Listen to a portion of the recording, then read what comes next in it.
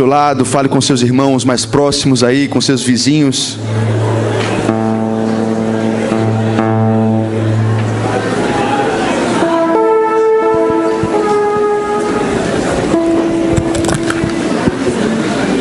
Amém.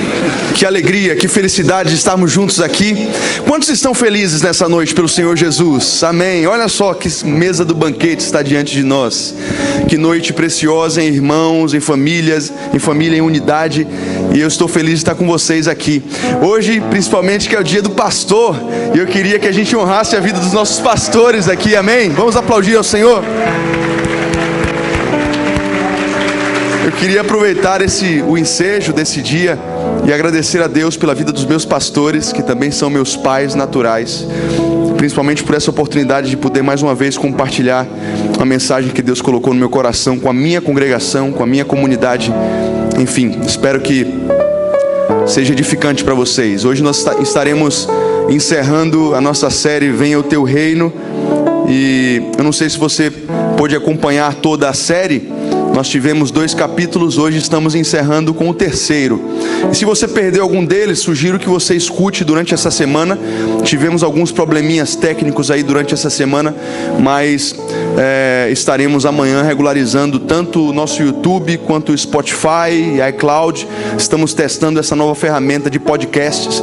Aí você pode somente ouvir em segundo plano e não te atrapalha de fazer outras coisas no celular. Enfim, se você puder, você pode escutar as mensagens durante a semana. Amém? Vamos lá? Abre comigo, como de costume, Mateus 6. Mateus 6, versículo 9.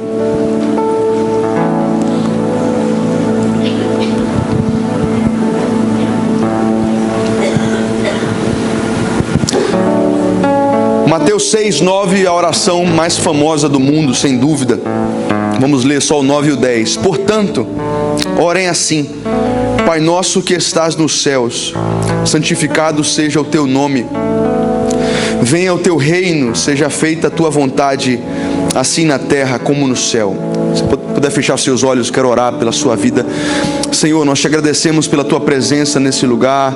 Te agradecemos pelo teu Espírito Santo que nos ensina todas as coisas. Te agradecemos, Senhor, por essa mesa que está diante de nós, porque fomos inseridos na videira, Senhor. Fazemos parte da tua família. Obrigado pela tua obra que nos alcançou, e hoje nós podemos clamar como filhos: venha o teu reino, Senhor. Venha o teu reino em nossas casas, venha o teu reino em nossas vidas, venha o teu reino nesta comunidade, na igreja em Salvador.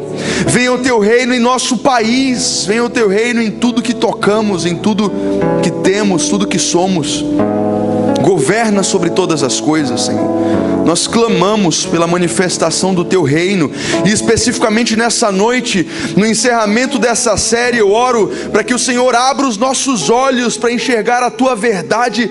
Ministra o nosso coração, Jesus. Muda a nossa vida, transforma o nosso interior. Eu suplico, meu Pai, para que na minha vida, na vida dos meus irmãos, não se trate de mais uma pregação, de mais uma reunião, de uma experiência pontual, mas de uma experiência real de transformação pela vida de Cristo em nós. Muda a nossa mente, muda a nossa vida, em nome de Jesus. Amém? Posso ouvir um amém bem forte da igreja? Vocês estão comigo? Olha só, eu queria falar algumas coisas a respeito de alguns pontos que nós já vimos. Nós acabamos de ler a oração do Pai Nosso, e é tão triste quando nós vemos irmãos que não entendem o que Jesus fez aqui em Mateus capítulo 6. Ele está nos ensinando como nós devemos orar e qual deve ser a nossa ênfase na nossa súplica, na nossa forma de conversar com Deus. Jesus não está propondo que a gente decore palavras para falar com o Senhor e repetir palavras vãs de forma automática, de forma robótica. Ele está nos ensinando uma visão correta a respeito do propósito de Deus e do sacerdócio. A oração do Pai Nosso é uma chave para relembrarmos, para entendermos qual sempre foi o plano de Deus em Cristo Jesus. Isso nos leva a uma imagem que vimos durante toda a série, que nos ajudou a elucidar a vontade de Deus para nós. Eu queria que você colocasse aqui, por favor, Diegão. Olha só, essa imagem é fantástica. Eu queria que ficasse gravada no coração de vocês daqui para frente, porque Deus tinha um plano. Esse plano ficou oculto durante muitos séculos e muitas gerações, e agora nos foi revelado. E o plano de Deus sempre foi fazer com que no final de todas as coisas, na dispensação da plenitude dos tempos, tudo que existe no céu e na terra seja unido, ou eles vão fazer um movimento de convergência na pessoa bendita de Cristo Jesus. Isso é Efésios 1, versículo 9. No final de todas as coisas, tudo que foi criado nos céus e na terra irá convergir em Cristo Jesus. Lá no capítulo 3, nós vamos entender que Deus escolheu executar esse plano secreto por meio de Cristo e, consequentemente, por meio do corpo de Cristo, que somos nós, que é a igreja dele. E isso faz com que nós sejamos um ponto de conexão, um ponto de interseção entre duas realidades, entre a realidade do céu e entre a realidade da terra. Onde estão os sacerdotes de Deus aqui nessa noite? Onde estão os intercessores de Deus aqui nessa noite? Isso nos leva a João 20 e 21, quando Jesus, depois de ter concluído, por assim dizer, o seu ministério aqui na terra, ele já está ressuscitado. Ele encontra com seus discípulos antes de subir, e ele olha para eles e diz isso aqui, olha só: Pai seja com vocês, assim como o meu Pai me enviou, eu estou agora enviando vocês. E tendo dito isso, soprou sobre eles e disse: recebam o Espírito Santo. Amado, deixa eu te falar uma coisa. Jesus tinha consciência do que ele estava fazendo aqui. Ele disse: eu sei que eu fui enviado, eu fui ungido pelo meu Pai para proclamar a boa notícia, para proclamar o reino de Deus, para retornar a vista aos cegos, para quebrar os grilhões e correntes dos cativos. Mas Jesus chega no final das contas e ele diz: ei, assim como meu Pai me enviou, eu agora estou enviando vocês. Exatamente o que eu fiz na terra, eu quero que vocês façam também. Você está entendendo onde eu quero chegar? Jesus, ele não demonstrou poder, ele não fez muitos milagres simplesmente para que nós víssemos o quanto ele é poderoso. Jesus demonstrou um estilo de vida que nós agora podemos replicar. Jesus foi um sacerdote perfeito que cumpriu com perfeição a vontade do Pai, e agora parece que ele está dizendo para os seus discípulos: agora vocês têm uma referência perfeita, agora vocês têm um exemplo de um homem que viveu em obediência, em perfeita devoção ao Pai, e a partir de agora vocês podem me imitar. É por isso que agora nós somos literalmente os pés e as mãos de Jesus, fazendo a vontade do Pai por toda a terra. Amém? Quantos são o corpo de Cristo aqui? Jesus agora está tocando o mundo através da sua vida. E eu quero mostrar novamente a imagem do relâmpago. Bota aí, por favor, a imagem do relâmpago, Diego, porque essa figura é muito importante para nós. Nós estamos vendo aí o que acontece numa cidade grande, no acontecimento de uma tempestade, e você tem em cima dos prédios a figura de um para-raio, a figura de uma antena parabólica. E o que é que acontece? Uma descarga de poder liberada do céu. Esse para-raio funciona como um difusor, como um canal que atrai o poder para si, e ele então distribui, ele libera esse poder na terra. Isso é você. Jesus disse: vocês receberão poder ao descer sobre vocês o Espírito Santo, e vocês me serão testemunhas. Ei, amado, o Espírito Santo não veio sobre a igreja para você sentir um arrepio. O Espírito Santo não vem sobre você para você cair na unção. Pode ser que a experiência também envolva os seus sensores, a sua emoção, mas Deus derramou o Espírito Santo sobre nós para que nós sejamos testemunhas de que Cristo está vivo. Ei, vocês não estão vendo que Ele está vivo? Ele continua vivo através de nós. As mesmas obras que o nosso Mestre fez, nós continuamos fazendo. Quantos podem aplaudir a Deus por isso? Talvez, eu não sei se você chegou hoje aqui por causa do frio, você está meio parado, mas eu creio que existem cristãos cheios do Espírito Santo aqui. Será que você pode dar um glória a Deus bem alto? Você pode agradecer ao Senhor por essa verdade. Você recebeu o poder do alto, e esse poder flui da sua vida onde quer que você chega. E aí nós vimos também que quando somos alcançados por essa mensagem, quando entendemos a boa notícia do Evangelho, 3 coisas são modificadas, são restauradas em nossa vida. A primeira delas, a primeira coisa que é restaurada pela mensagem, pelo entendimento do Evangelho, é a minha condição. Quando eu escuto, quando eu entendo, quando eu creio e vivo o Evangelho, a primeira coisa que modifica na minha vida, que é restaurada, é a minha condição. Eu era inimigo de Deus, eu era um filho da desobediência, eu estava morto nos meus pecados e delitos, eu estava numa condição de inimigo de Deus, e agora eu estou numa condição em que eu sou justiça de Deus em Cristo. Agora eu estou numa condição de filho, de herdeiro, de co-herdeiro com Cristo. Agora eu estou numa condição de reconciliado com o Pai, amém? Quantos estão aqui reconciliados com Deus por meio de Cristo Jesus? A segunda coisa que a mensagem do Evangelho vai restaurar em minha vida é a minha posição.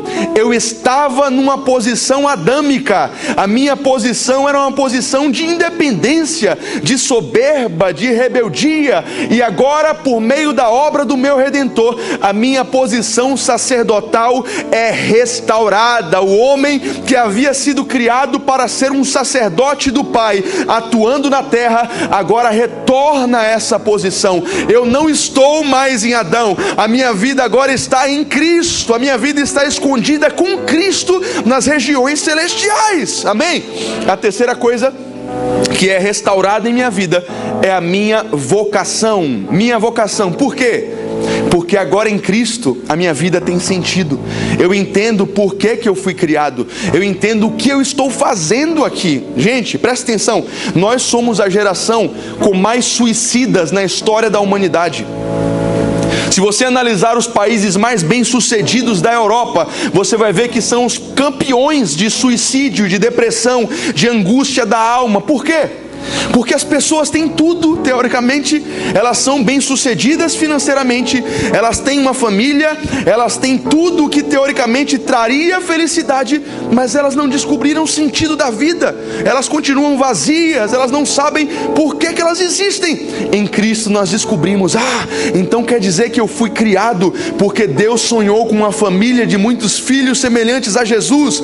Então quer dizer que eu estou nesse mundo porque Deus quer usar a minha vida para alcançar outros filhos assim como eu. Você está entendendo? Então, quando a mensagem do Evangelho me alcança, eu passo a entender o motivo da minha existência, eu passo a ter sentido, eu passo a ser útil, eu passo a entender por que eu sou um sacerdote e o que Deus Pai quer de mim. Então, essa é a obra perfeita do Evangelho que por meio de Cristo nos alcançou. E isso fala de 3 pontos, que são os pontos que nós tratamos nessa série, porque a minha condição vai falar do meu sacerdócio ao Senhor. Pode passar para o próximo slide, porque o primeiro ponto que nós vimos no primeiro domingo foi sobre sacerdócio ao Senhor. É isso aqui, ó. A primeira coisa que é reconciliada, a primeira coisa que é resolvida na problemática do homem pecador é a situação dele com o Criador. Como consequência disso, o homem então é reconciliado com uma família, com o corpo de Cristo. E aí nós vimos que posição fala de uma cultura sacerdotal, um ambiente sacerdotal, onde eu vou me relacionar com outros sacerdotes. Então a minha vida em comunidade é restaurada, o meu sacerdócio aos santos é restaurado. E em terceiro lugar, a minha vocação fala do ponto que nós vamos aprofundar hoje, que é o meu sacerdócio ao mundo. Ao mundo. Nós vimos que esses 3 aspectos do sacerdócio dos cristãos, eles respeitam necessariamente uma ordem de intensidade e uma ordem de prioridade. Em primeiro lugar, eu preciso resolver o meu relacionamento com Deus. Não tem sentido alguém querer participar da mesa do Senhor, da unidade com os santos, se ele não tem relacionamento com Deus. Não adianta você querer ter vida na igreja se você não tem vida de devoção, se você não tem relacionamento com Jesus, se você não lê as Escrituras, se você não caminha com Ele, se você não conhece Jesus. Não tem sentido você se relacionar com o seu corpo. Então, primeiro, o nosso sacerdócio ao Senhor é restaurado. Em segundo lugar, o nosso sacerdócio aos santos e a minha unidade com o corpo. E aí nós vimos no último domingo, em João 17, que a oração de Cristo é que nós fôssemos unidos uns com os outros, assim como Ele é unido com Deus. Por quê? O que é que a unidade do corpo dos santos vai gerar? O mundo, a partir disso, vai crer que Jesus foi enviado por Deus. Então, quando a nossa unidade é restaurada e o nosso sacerdócio aos santos, a última coisa que é restaurada é o nosso sacerdócio ao mundo. E aí sim, nós podemos tocar, influenciar as esferas da sociedade a partir daquilo que Deus está fazendo em nossas vidas. Amém? Amém? Então, eu queria nessa noite, sem mais delongas, passar a estudar e mergulhar um pouco mais profundo no nosso sacerdócio ao mundo. E o texto que eu escolhi para começar a falar disso é Marcos capítulo 5. Por favor, abra Marcos capítulo 5, ou então acompanhe comigo no telão.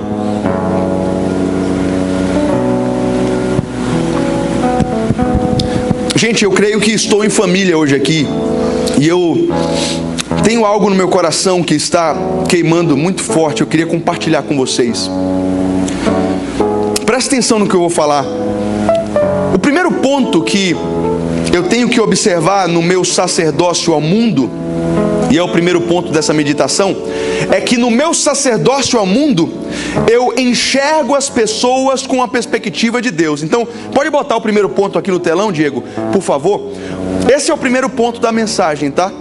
No meu sacerdócio ao mundo, eu passo a enxergar as pessoas com a perspectiva de Deus. Eu passo a enxergar as pessoas que estão ao meu redor da mesma forma que Deus enxerga, que o céu enxerga. E isso nos leva a Marcos capítulo 5. Você já conhece esse texto, mas eu queria ler novamente a partir do versículo 4, a partir do versículo 1. Eles atravessaram o mar, foram para a região dos Gerazenos. Quando Jesus desembarcou, um homem com um espírito imundo veio dos sepulcros ao seu encontro. Esse homem vivia nos sepulcros e ninguém conseguia prendê-lo, nem mesmo com correntes, pois muitas vezes lhe haviam sido acorrentados pés e mãos, mas ele arrebentara as correntes e quebrara os ferros dos seus pés. Ninguém era suficientemente forte para dominá-lo. Você sabe o que aconteceu depois com esse homem? Jesus liberta ele. Eu queria pular agora para o versículo 18, porque nós vamos ver agora esse homem restaurado. Olha só o que aconteceu depois, quando Jesus estava entrando no barco. O homem que estivera endemoniado suplicava-lhe que o deixasse ir com ele. Jesus não permitiu, mas disse: vá para casa, para sua família, anuncie-lhes quanto o Senhor fez por você e como teve misericórdia de você. Então aquele homem se foi e começou a anunciar em Decápolis quanto Jesus tinha feito por ele, e todos ficavam admirados. Agora, presta atenção no que eu vou explicar a partir de agora. Você já conhece esse texto muito bem. É o texto famoso do que aconteceu com esse homem que vivia em Gadara. Agora, eu queria te perguntar o que vem à sua mente quando você lembra desse texto. Geralmente quando eu pergunto, você sabe aquela passagem de Marcos capítulo 5? Eu acho engraçado porque o nosso foco geralmente está na situação mais podre, na situação da história desse homem, que ele estava no seu pior jeito possível. Geralmente as pessoas lembram de Marcos capítulo 5 e dizem: ah, Rafa, eu sei, aquela história do endemoniado lunático lá de Gadara, a história daquele homem louco que andava nos sepulcros nu e quebrava as correntes. É ou não é? Geralmente a gente lembra desse texto dessa forma. Aquela passagem que fala daquele homem maluco, aquele homem que andava gritando e quebrando correntes. Eu acho engraçado porque o nosso foco nunca está no que Deus fez. A gente nunca vê assim, não, aquela história do missionário de Decápolis que foi liberto pelo Espírito Santo e começou a anunciar a boa notícia. Você está entendendo? Nosso foco nunca está, não, aquela história do amor do Pai que libertou um homem e ele então foi completamente restaurado. Aquela história em que Jesus libertou um homem completamente. Não, nós sempre colocamos a nossa ênfase na área mais podre da vida desse cara.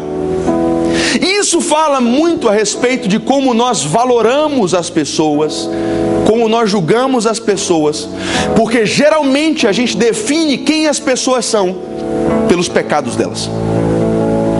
Pode olhar, fala de um famoso, fala de um cantor, de um jogador de futebol. Quer ver uma coisa? Luan Santana. O cara fez um bocado de música bonita, o cara tem uma obra fantástica, mas vai ver como é que você lembra dele, do Shallow Now. Você lembra do cara pelo Shallow Now, por quê? Porque foi o vacilo que ele deu, foi foi o calcanhar de Aquiles da carreira dele, por assim dizer, sabe? Qual é a parte mais escandalosa da história do cara? Neymar, pô, o cara tem um bocado de coisa boa. Todo mundo vai lembrar do Neymar por causa da situação que aconteceu essa semana, né? Estamos com saudade daquilo que ainda não vivemos. Então, não importa o que você fizer, se você faz 99%, as pessoas vão definir o seu valor pelo 1% que você foi uma decepção. Inclusive com relação a si mesmos, a nós mesmos, nós sempre vamos olhar para nós e definir o nosso próprio valor através do nosso pecado. Deus não vai me aceitar, eu sou um pecador, eu sou um lascivo, eu sou um mentiroso, eu sou um mau caráter. Mas eu queria te mostrar nessa noite que Deus não define o seu valor pelo seu pecado. Deus define o seu valor pelo propósito para o qual Ele te criou. Deus olha para você e Ele não te define pelas suas circunstâncias atuais. Ele te define por aquilo que Ele mesmo te criou para ser. Eu não sei se você entendeu o que eu disse, mas eu vou reforçar isso na sua mente de uma outra memória, de uma outra maneira. Os teus pecados não definem o teu valor. Os teus pecados não são o suficiente para definir quem você é. Você é definido pelos pensamentos de Deus ao seu respeito. Você é o que a Bíblia diz que você é. Ainda que talvez atualmente você tenha uma série de coisas que precisam ser ajeitadas. Talvez você olhe para a sua vida e atualmente existem algumas coisas que te trazem vergonha, que você não gosta de lembrar. Mas quando Deus olha para você, Ele te valora, Ele coloca o teu valor de acordo com os pensamentos dEle ao teu respeito.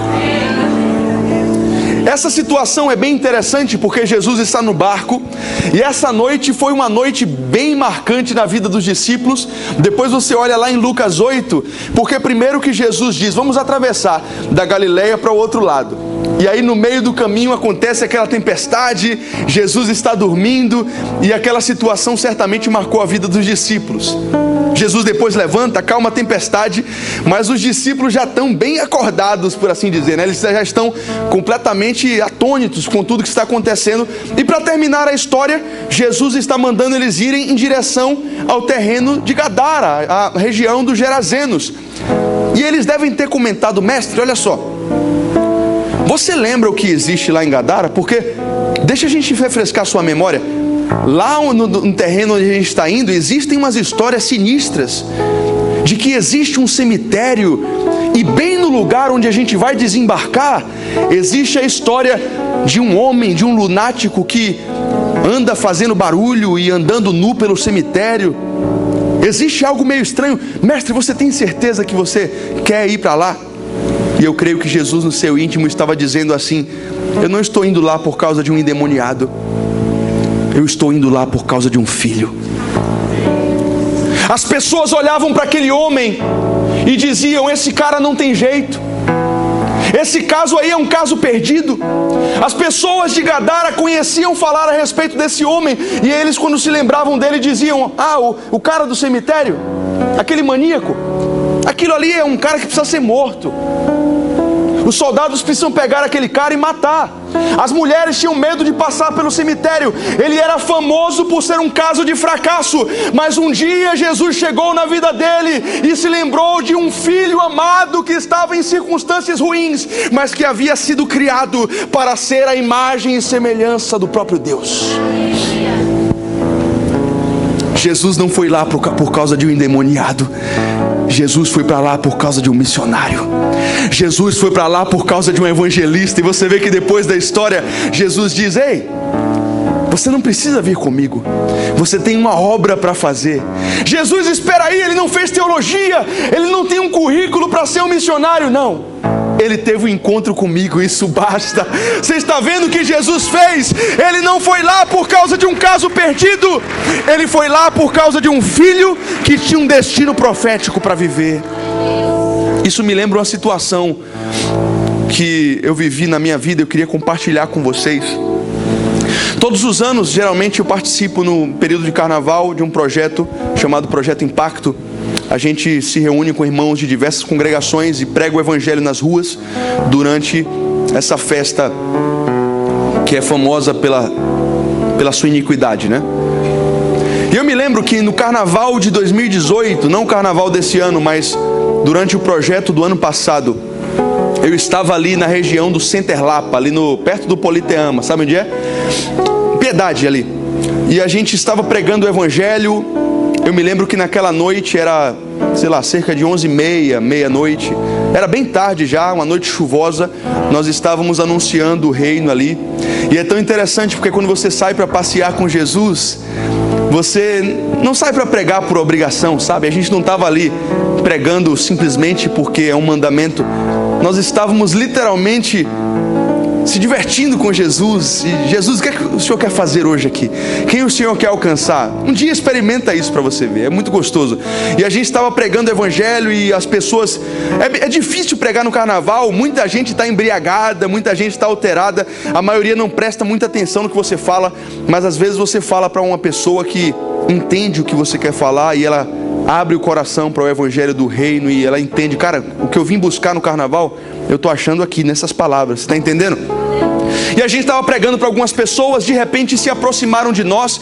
Não sei se Vini estava nessa noite, Chayenne eu acho, estava com algumas pessoas aqui da FG, mas se aproximaram de nós 3 rapazes. Escuta aqui, 2 desses rapazes com certeza tinham mais de 20 anos, eles eram bem adultos, mas o terceiro rapaz, ele era muito jovem, mas muito jovem mesmo, ele devia ter 13 anos, ele era um adolescente, um pré-adolescente, e os 3 estavam vestidos de mulher.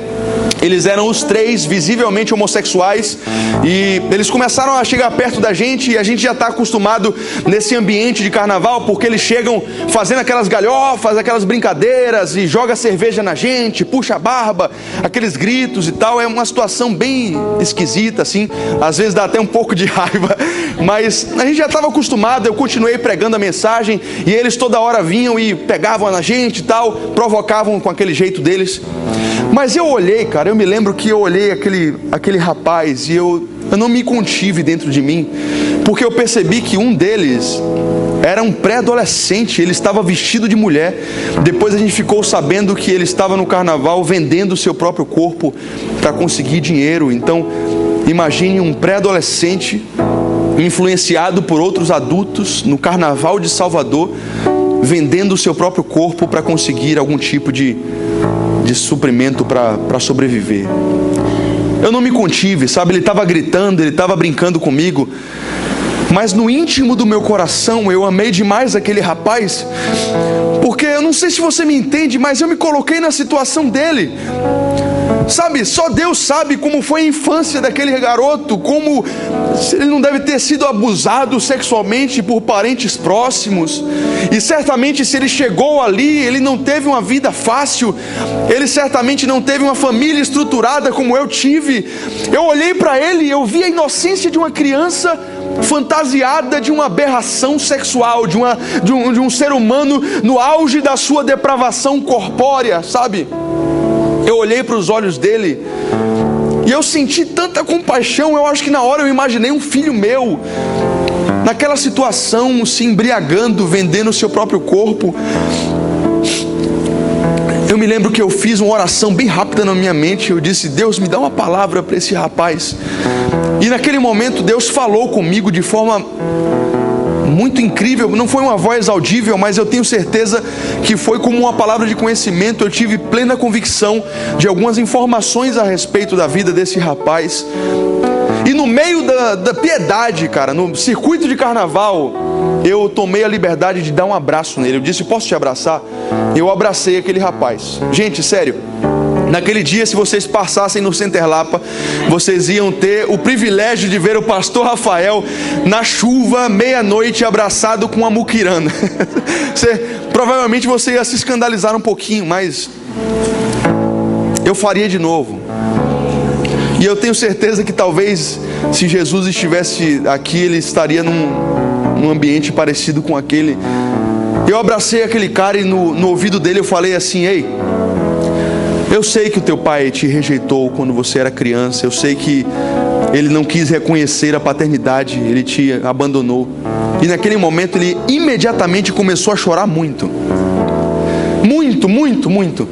Ele parou completamente de brincar, ele parou aquelas coisas que ele estava fazendo e ele começou a chorar muito no meio da avenida. Os adultos que estavam com ele não entenderam muito bem, começaram a apressar ele. E eu disse: cara, olha só, o abraço que o teu pai nunca te deu, eu quero te dar aqui. Naquele momento eu abracei aquele rapaz com tanto amor, como se fosse meu irmão, meu filho. E eu fiquei abraçado com ele um tempo, e naquele momento eu vi que aquele rapaz que estava brincando se tornou de novo uma criança. Eu vi de novo a inocência que ainda havia ali dentro. Eu olhei nos olhos dele e eu vi o adolescente que ainda existia ali, a pureza que restava. Depois, por causa da pressa, os adultos puxaram ele, levaram ele embora. Eu acabei não pegando o contato dele, eu não consegui pegar contato para ligar depois, mas eu tenho certeza absoluta de que aquele rapaz foi alcançado. Eu não sei como, mas Deus mudou a vida dele. Eu tenho certeza que Deus alcançou a vida daquele rapaz, e até hoje, quando eu me lembro daquilo, eu oro: Senhor, não deixa aquele rapaz se perder, que ele lembre daquilo que ele viveu, das palavras que eu disse, da pregação que eu pude ministrar, e que de alguma forma ele seja redimido. Gente, quando você caminha com Jesus, a primeira coisa que acontece com você, com relação ao seu sacerdócio ao mundo, é que você passa a olhar as pessoas da forma como Deus olha. Você está entendendo? Você começa a enxergar o ouro dentro do barro. Você começa a enxergar o valor no meio da sujeira. Foi o que Deus fez conosco. Eu gosto de Isaías capítulo 6, quando a Bíblia fala que Isaías teve a sua visão aberta, ele viu o trono de Deus. E é engraçado porque quando Isaías tem aquela visão, ele fica com tanto medo, e a primeira coisa que ele fala é: ai de mim, eu vou morrer, porque os meus olhos viram o Senhor, e eu sou um homem de lábios impuros, habito no meio de um povo de impuros lábios. Você vê que a perspectiva de Isaías está na sua limitação, no seu pecado, na sua impureza. Mas eu gosto desse texto porque quando a gente olha para o céu, sabe o que eles estavam fazendo no céu?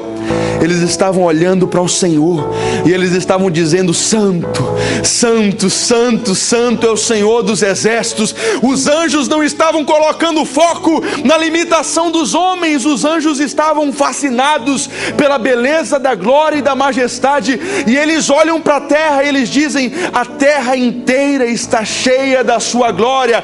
Ei, a terra coloca a sua perspectiva no pecado e na impureza do homem, o céu coloca a sua perspectiva na glória e na vontade de Deus. Você não é definido pelo seu pecado, você é definido pelos pensamentos de Deus ao seu respeito. Eu sou o que o meu Deus diz que eu sou, eu não sou o que as circunstâncias dizem que eu sou. Eu estou limitado, eu estou imperfeito, mas o meu destino é Cristo. Um dia eu serei como Ele. 1 João 3, capítulo 2, versículo 2: nós seremos como Ele é, porque nós o veremos como Ele é.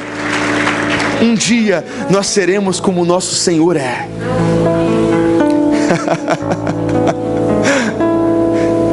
Todas as vezes que você colocar o teu foco no seu pecado, você não vai conseguir avançar. O segredo para vencer o pecado está na fascinação. Jesus, como tu és santo. Jesus, como o Senhor me ama. Jesus, eu era teu inimigo, o Senhor morreu por mim. Isso nos ensina a vencer a nossa iniquidade. Quando olhamos para a graça, nós conseguimos vencer. O segundo ponto dessa mensagem, e o segundo ponto do nosso sacerdócio ao mundo, é que no meu sacerdócio ao mundo, eu exalo o bom perfume de Cristo. Amém?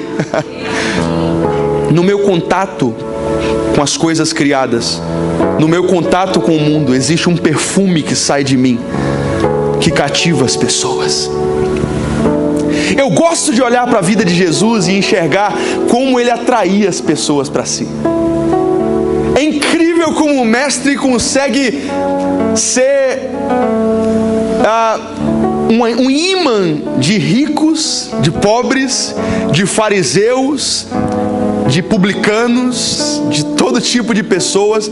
Eu queria abrir rapidinho aqui os primeiros 3 versículos de Lucas 15. Eu vou botar no telão para você aqui. Eu só vou ler esse comecinho de Lucas 15. Presta atenção no que vai acontecer aqui. Olha só, Lucas 15, versículo 1, diz o seguinte: todos os publicanos e pecadores, entre aspas, estavam se reunindo para ouvi-lo, mas os fariseus e os mestres da lei o criticavam, dizendo: este homem recebe pecadores e come com eles. Então Jesus lhes contou esta parábola. Eu acho interessante porque Jesus está num lugar em Lucas 15, ele está num ambiente, e a Bíblia está dizendo que publicanos, que eram cobradores de impostos, e pecadores, esse pecadores entre aspas, é óbvio que está entre aspas, porque todos esses aqui na verdade eram pecadores, certo? Mas o que é que a Bíblia está chamando de pecadores? Era literalmente a escória da sociedade.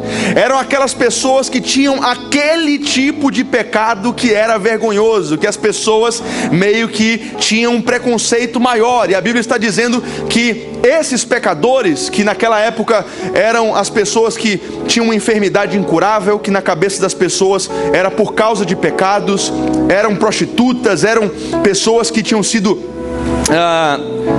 marginalizadas, eles estavam se aglomerando para ouvir Jesus. Mas não só eles, nós vemos que os mestres da lei também estavam ali para ouvir o mestre. Jesus consegue atrair publicanos. Quer ver? Zaqueu, um homem rico, teoricamente tinha tudo, mas ele ouviu falar sobre os ensinamentos do mestre. Ele diz: cara, eu vou dar um jeito de ouvir esse cara, porque tem alguma coisa diferente nele. Zaqueu sobe na árvore pequenininho, fica escondido ali, esperando Jesus passar. Esse é o efeito que o perfume de Jesus causa. Prostitutas amavam estar perto de Jesus. Lembra da história da prostituta que entrou na casa de Simão? Ela disse: Jesus está ali, eu vou dar um jeito de entrar, e eu vou pegar o meu perfume mais caro, meu maior bem, e eu vou quebrar ele aos pés de Jesus, eu vou limpar os pés dele com o meu cabelo. Jesus atraía todo tipo de gente, enfermos, Bartimeu: Jesus, filho de Davi, tem compaixão de mim. Os enfermos sentiam o cheiro da presença de Deus e eram atraídos pela glória de Cristo. A mulher do fluxo de sangue: se tão somente eu tocar na orla do seu manto, eu preciso tocar nele, eu preciso estar perto dele. Tem alguma coisa nesse homem que vai me dar algo que a medicina não me deu, que os prazeres da vida não me deram. O que é que Jesus tinha que atraía tanta gente? Vamos para os fariseus? Fala sério, olha só, gente. Os fariseus tinham aquela história de matar Jesus, e eles tinham uma conspiração para tentar pegar o mestre em alguma falha, algum defeito. Deixa eu falar para vocês, era conversa fiada. Eles gostavam de estar perto do mestre para ouvir os seus ensinamentos. Os fariseus amavam ouvir Jesus desde a sua adolescência, com 12 anos, e eles diziam: que é isso que esse homem vive? Nós estudamos a lei mosaica durante toda a nossa vida, mas ele está trazendo algo que nós não descobrimos. Quer ver um exemplo? Nicodemos era um mestre da lei. Ele era conhecido pelo seu conhecimento das Escrituras. Ele era um doutor, ele era um homem que tinha um conhecimento amplo acerca das Escrituras. Ele certamente tinha amigos fariseus, amigos doutores, e todos eles deviam criticar Jesus e falar coisas ruins. Sabe o que é que Nicodemos fez? No meio da noite, na calada da noite, ele disse: eu vou sair, eu vou num horário que ninguém possa me ver, e eu vou encontrar com esse cara. E é engraçado você ver Nicodemos, um doutor da lei, chegando para Jesus e dizendo: mestre, certamente o Senhor tem algo diferente em você. Conta para mim como eu faço para acessar o reino, para ter a vida eterna. Você vê um mestre da lei se derramando sobre Jesus e dizendo: me ensina, porque o meu conhecimento da letra morta não conseguiu produzir em mim o que eu vejo na sua vida. Eu quero isso. É por isso que Paulo vai chegar lá na segunda carta aos Coríntios, capítulo 2, acho que verso 15, e vai dizer: nós somos o bom perfume de Cristo, porque a mesma coisa que o mestre tinha, nós temos. Quando você vê uma igreja manifestando quem Jesus é, você vê uma igreja que tem esse perfume, tanto para os que se perdem como para os que se salvam. Gente, nós sonhamos com a família da graça como um ambiente onde as pessoas vivam isso aqui. Eu quero e eu sonho com uma congregação que seja exatamente como Jesus foi. Um lugar onde os pecadores se sintam à vontade e queiram estar. Não que eles se sintam à vontade para continuar no pecado, porque na vida de Jesus não era isso que acontecia. Jesus olhava para os pecadores e dizia: ei, Deus te perdoou, agora vai e não peques mais. Jesus confrontava eles, mas tinha alguma coisa no mestre que eles se sentiam bem perto dele. Eles se sentiam amados, eles se sentiam vivos, eles queriam estar perto, apesar de estarem ouvindo a verdade, apesar de verem a sua podridão escancarada, mas eles não se sentiam condenados, eles não se sentiam apontados. Você está entendendo onde eu quero chegar? Eu sonho com uma igreja assim, um lugar onde o pecador entre aqui e ele diga: eu quero voltar mais vezes, porque eu descobri o que o pecado não me deu aqui. Eu descobri amor, eu descobri acolhimento, eu descobri vida. Deus muda a minha vida porque eu encontrei uma família. Eu sonho isso para a nossa congregação. Quantos sonham com isso aqui? Uma igreja que consegue exalar o bom perfume sem modificar a mensagem, sem tornar a mensagem mais soft, mais atrativa. Não, a mensagem não muda, mas existe um perfume que as pessoas não sabem explicar porquê, mas atraem ela. Aliás, deixa eu ir mais fundo nisso aqui, porque foi exatamente o que aconteceu na vida de Zaqueu. Lembra da história de Zaqueu? Zaqueu não foi levado ao arrependimento simplesmente por uma convicção de pecado. Zaqueu não foi levado ao arrependimento porque Jesus apontou para ele e ficou dizendo: miserável, você vai para o inferno, desce dessa árvore aí, seu corrupto, desgraçado, porque você vai ser condenado aqui, você vai passar a eternidade com Satanás. Foi isso? O que aconteceu com Zaqueu? Zaqueu, desce daí, porque eu quero almoçar na tua casa. Zaqueu, eu quero comer com você. Mestre, você tem certeza? Você sabe quem eu sou? Eu acho que o senhor não tem assistido Rede Globo. O senhor está acompanhando a Lava Jato? Tu sabe a Lava Jato? Eu sou um dos maiores corruptos dessa nação. As pessoas me conhecem pela minha corrupção. Eu roubei muita gente, eu fiz muita falcatrua. Se o senhor for para lá, para minha casa, o senhor vai se queimar. Zaqueu, eu quero comer com você. Eu quero sentar na mesa com a sua família. Eu quero ter intimidade contigo. Você está entendendo? Zaqueu senta com Jesus, ele fica esperando o mestre trazer uma palavra de peso, uma palavra de condenação, uma palavra de morte. Se esse cara é o Messias, ele sabe tudo que eu fiz. Ele vai chegar na minha casa e vai dizer: você fez isso, fez aquilo. Não, Jesus comeu com ele. Sabe o que aconteceu com Zaqueu? Mestre, eu quero fazer um compromisso aqui.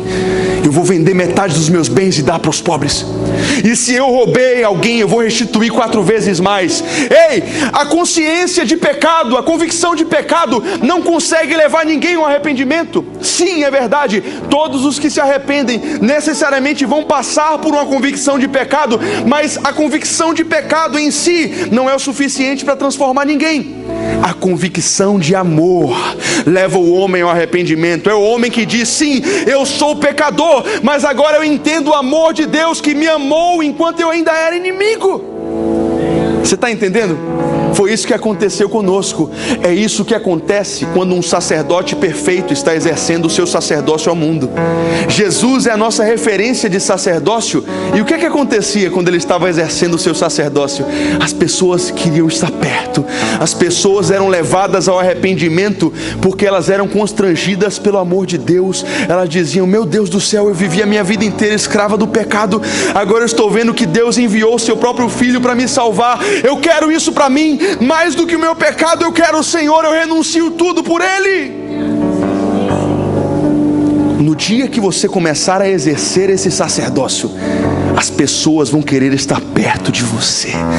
as pessoas vão se sentir amadas, as pessoas vão entender a graça através da sua vida e vão ser levadas ao arrependimento. Quantos podem fazer uma oração comigo? Levanta o seu braço e diz assim: Senhor, eis-me aqui, que eu seja o bom perfume de Cristo caminhando por essa cidade. Se é isso que você quer para a sua vida, dê um aplauso ao Senhor Jesus, porque é isso que vai acontecer em nós. Amém. Terceiro ponto, para nós encerrarmos a mensagem e consequentemente a série, é que no meu sacerdócio ao mundo, no nosso sacerdócio ao mundo, o Cordeiro recebe a recompensa pelo seu sofrimento. Para que Jesus morreu? Qual é a recompensa que Jesus buscava? Será que Jesus fez tudo o que ele fez para ser famoso? Será que Jesus fez o que ele fez e foi até onde ele foi por status? Eu vou ser a figura mais famosa do universo, então vou lá e vou morrer por eles. Você sabe qual é a recompensa do sacrifício de Cristo? Você. Você é a recompensa que ele buscava. Você é a recompensa que ele buscava. Isaías 53 vai dizer: ele verá o fruto do seu penoso trabalho e se alegrará. Ei, todas as vezes que um pecador se arrepende, eu creio que Jesus lá do lado do Pai diz: olha aí, Pai, olha só que cheiro suave, olha só que agradável. Foi por isso que eu morri, para que ele fosse reconciliado contigo. Não sei se você consegue entender a dimensão disso, mas o Cordeiro de Deus foi ofertado, ele foi sacrificado para que você fosse reconciliado com o Pai. Ele se fez carne para que todo aquele que crê na sua mensagem não pereça, mas tenha vida eterna. Vamos lá para Apocalipse, no capítulo 5. Não precisa abrir não, deixa que eu abro aqui para você no telão. Gente, olha só, esse é o último texto que eu vou ler na série. E talvez o texto importante aqui para a gente fechar esse entendimento a respeito do reino de Deus. Olha só o que Apocalipse 5, a partir do verso 8, vai dizer. Isso aqui é o final da história. Quando nós clamamos, venha o teu reino, nós estamos clamando sabendo que isso vai acontecer. E olha só o que Apocalipse 5 vai dizer que vai acontecer no futuro. Ao recebê-lo, os 4 seres viventes e os 24 anciãos prostraram-se diante do Cordeiro. Cada um deles tinha uma harpa e taças de ouro cheias de incenso, que são as orações dos santos. E eles cantavam um cântico novo. Olha só que cântico era esse: tu és digno de receber o livro, de abrir os seus selos, pois foste morto e com o seu sangue compraste para Deus homens de toda tribo, língua, povo e nação. Onde estão esses homens e essas mulheres que foram comprados pelo sangue precioso do Cordeiro? Vamos continuar. Depois ouvi todas as criaturas existentes aonde? No céu, na terra, debaixo da terra e no mar, e tudo o que neles há, que diziam: aquele que está sentado no trono e ao Cordeiro sejam o louvor, a honra, a glória, o poder para todos sempre. Gente, você quer saber? Eu pulei uma coisa aqui, não foi? Acabei pulando. Mas vamos voltar para o versículo 10. Eu acabei pulando aqui, mas o versículo 10 é importante porque ele diz: tu os constituíste reino e sacerdotes. Então, essa série sobre sacerdócio tem tudo a ver, né? Nós clamamos: venha o teu reino, por causa desse entendimento de que ele nos constituiu o seu próprio reino e os seus sacerdotes, né? E olha só o que diz: eles reinarão aonde? Sobre a terra. Mas Rafa, a nossa esperança não é celestial, nós não vamos para o céu. Amados, é isso que eu estou tentando mostrar para vocês. Não se trata de uma esperança celestial ou uma esperança terrena. A nossa esperança é Cristo, e na plenitude dos tempos, tudo que existe no céu e na terra vai se unir com Ele. O céu vai descer, a terra vai se encher do conhecimento da glória do Senhor. O céu e a terra vão vão ser uma coisa só em Cristo Jesus, e nós reinaremos com Ele.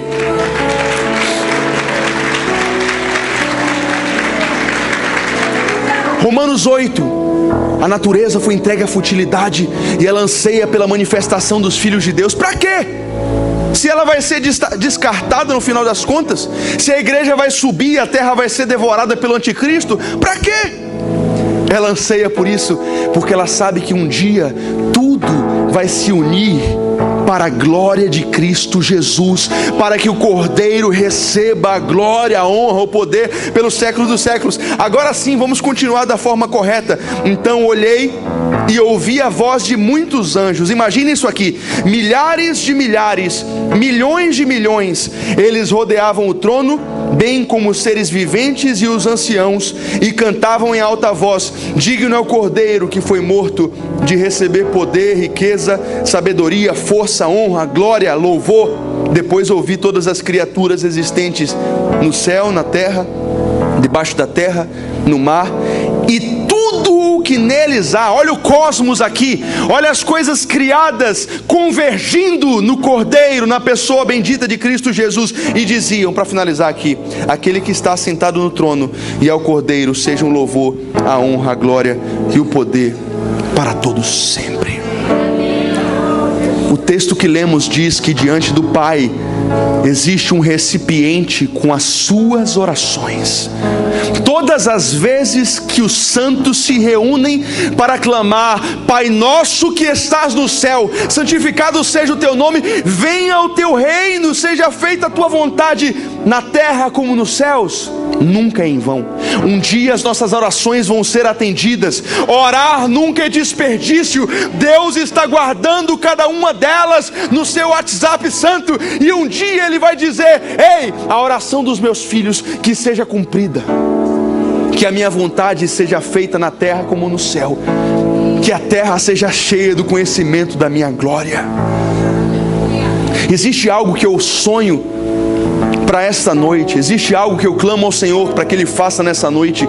Eu gostaria de ver sacerdotes se levantando nessa congregação com esse entendimento: ei, eu não posso viver de qualquer maneira, eu tenho sido displicente até aqui, mas eu vou me levantar nessa semana com uma mentalidade diferente. Eu sou uma conexão entre o céu e a terra. Não é possível que você está ouvindo isso aqui e você vai continuar vivendo da mesma maneira, porque agora você entendeu que Deus restaurou o seu relacionamento com Ele, o seu relacionamento com os santos. Agora entendemos o porquê disso aqui. E é impossível você viver isso tudo e não entender onde se encaixa o seu sacerdócio ao mundo, porque quando olhamos para essa mesa, nós nos lembramos que só estamos hoje diante desse banquete porque o Cordeiro morreu para que outros fossem alcançados. E assim como eu era órfão e hoje sou filho, existem órfãos lá fora que precisam entender a boa notícia da graça. Eu queria terminar com uma história sobre um avivamento que aconteceu lá na Alemanha. Não sei se você já ouviu falar sobre os irmãos morávios ou os irmãos moravianos. Eu trouxe uma imagem aqui. Foi um artista bem antigo que tentou retratar a vida desses irmãos. Eu queria deixar essa imagem enquanto eu falo sobre isso que aconteceu lá no século XVIII, na Alemanha. Aconteceu algo que a gente pode chamar de um avivamento, e esse avivamento teve como epicentro, como uma mola propulsora, uma província. E o nome dessa província, se eu não me engano, a pronúncia correta é Erhard.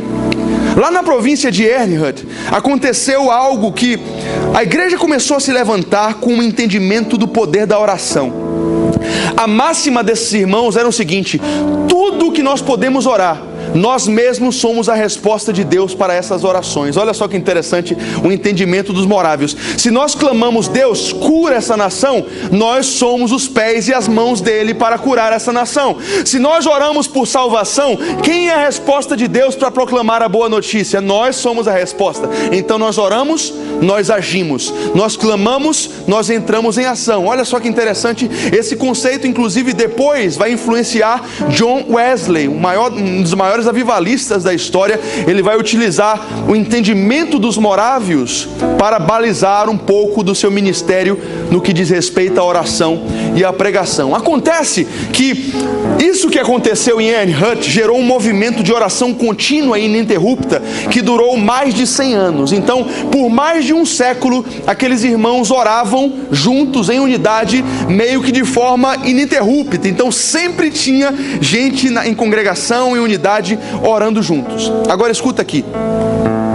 Naquele ambiente de oração, de pregação do evangelho, de avivamento, 2 jovens com 20 anos de idade ouviram falar.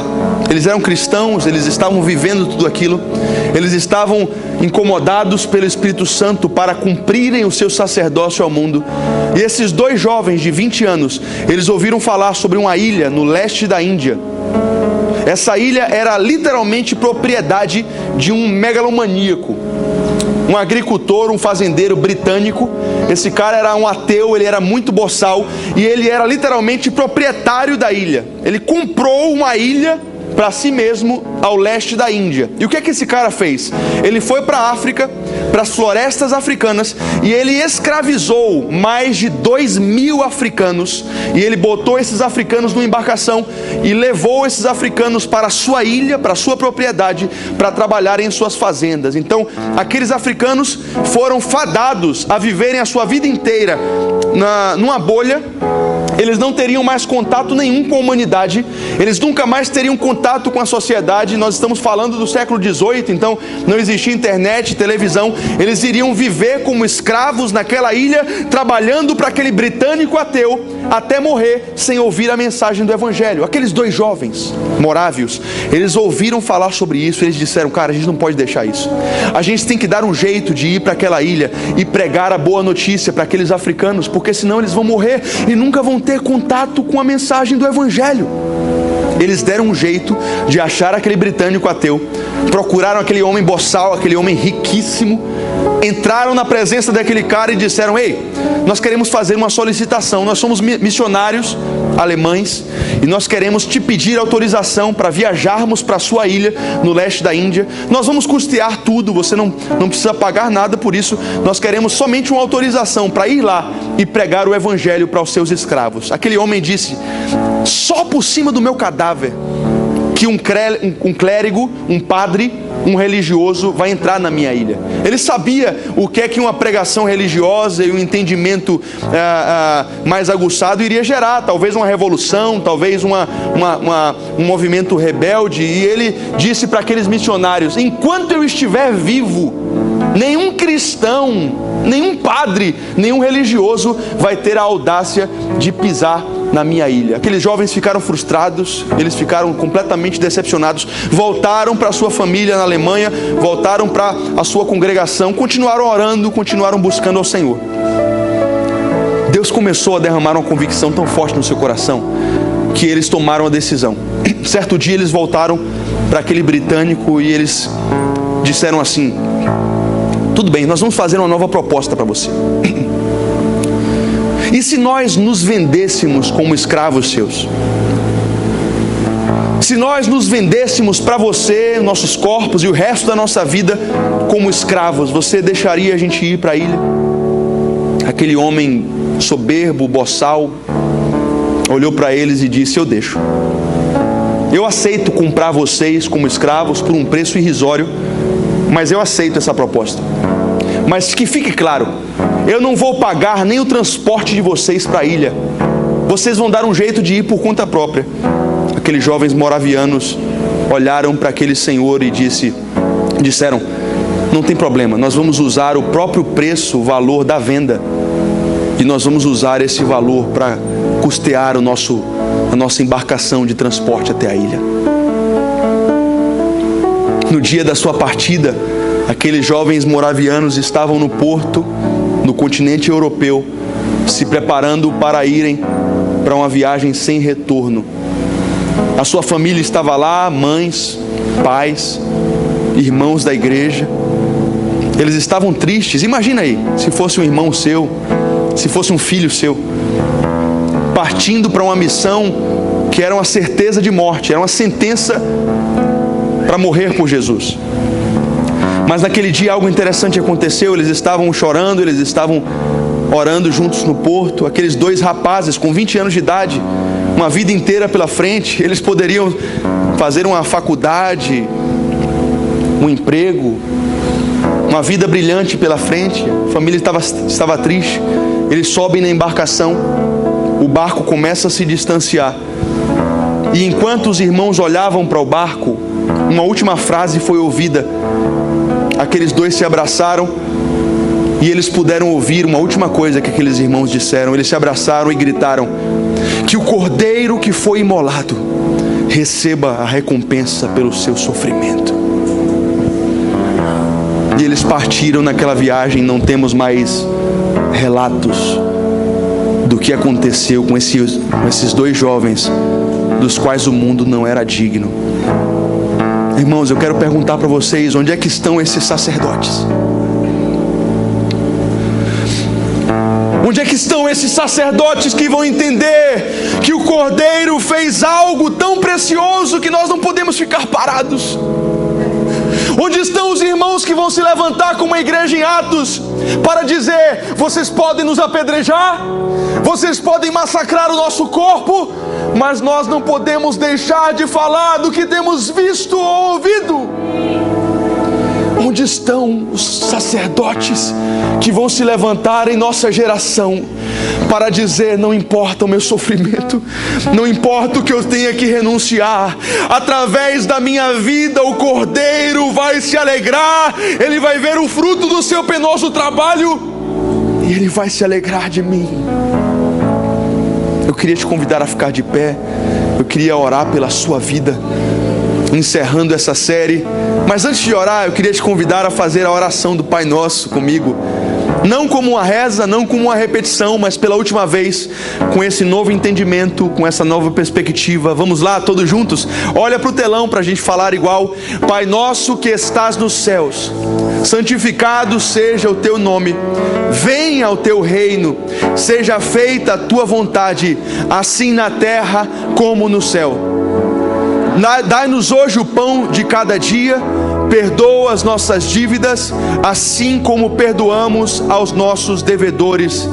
E não nos deixes cair em tentação, mas livra-nos do mal, porque teu é o reino, o poder e a glória para sempre. Amém. Deixa eu orar por você. Senhor, eu creio que no encerramento dessa série nós precisamos de uma posição, de uma postura de conserto contigo. Eu sou o primeiro a admitir aqui, Senhor, que nós não temos sido bons sacerdotes. Eu tenho certeza que cada um dos meus irmãos aqui nessa noite tem a convicção de que nós podemos melhorar, nós podemos ser mais parecidos com Jesus ainda do que já somos. Nós queremos orar em primeiro lugar, Senhor, para que o Senhor restaure o nosso sacerdócio ao Senhor. Eu oro por famílias restauradas, eu oro por homens, por mulheres, por maridos, por esposas, por filhos, que vão se levantar em suas casas, em suas famílias, e vão restaurar o altar da oração, vão restaurar a vida na palavra, nas escrituras, Senhor. Eu oro por famílias que vão ser completamente redimidas. Eu oro por casamentos que vão ser restaurados. Eu oro por sacerdotes que vão se levantar e dizer: eu serei um adorador, e a minha vida com o Senhor vai ser uma vida de amizade, de caminharmos juntos. Senhor, eu quero orar também pelo nosso sacerdócio aos santos. Eu clamo por uma comunidade unida, uma comunidade onde existe o serviço, uma comunidade onde nós somos capazes de nos doar para que outros possam viver, uma comunidade que acolhe, uma comunidade que vive em unidade, não um lugar de fofoca, não um lugar de contenda, não um lugar de condenação para o pecador, mas um lugar de amor, um lugar onde as pessoas olhem para nós e vejam o cumprimento da oração de Jesus em João 17, que nós sejamos um, Senhor, um com os nossos irmãos e um contigo. Por último, Senhor, eu quero orar pelo nosso sacerdócio ao mundo. Deus, eu oro nessa noite, e eu creio que essa é a oração dos meus irmãos. Senhor, nos expulsa da nossa zona de conforto. Nós queremos ir até os aflitos, Nós queremos ser os seus olhos procurando aqueles que estão procurando salvação. Nós queremos ser as suas mãos que tocam os pecadores, os aflitos, os enfermos. Nós queremos ser os seus pés que vão até o lugar do lixo, que vão até o lugar da podridão, por amor a uma vida, Senhor. Senhor, eu oro por essa comunidade. Eu oro para que através de nós a cidade de Salvador conheça que Jesus está vivo. Deus, nos envia, Pai, nos envia. E assim como os moravianos, nós estejamos dispostos todos os dias a dizer que o Cordeiro receba através da minha vida a recompensa pelo seu sofrimento. Senhor, confronta-nos, esmaga o nosso ego. Senhor, nos ajuda e quebra a nossa soberba, o nosso egoísmo. Faz de nós sacerdotes perfeitos, que tenham um relacionamento contigo, com os santos e com o mundo. Se você concorda com essa oração, diga amém. Dê um aplauso bem forte ao Senhor Jesus. Venha ao teu reino, Senhor. Que se abram os céus, o teu reino vem, nossa fé está no nosso Deus. Que se abram os céus, o teu reino vem, nossa fé está no nosso Deus. Que se abram os céus, o teu reino vem, nossa fé está no nosso Deus. Que se abram os céus, o teu reino vem, nossa fé está no nosso Deus. Que os céus fechados se abram, teu reino venha mover. A nossa fé e esperança estão em Deus, grande Deus. Que os céus fechados se abram, teu reino venha mover. A nossa fé e esperança estão em Deus, grande Deus.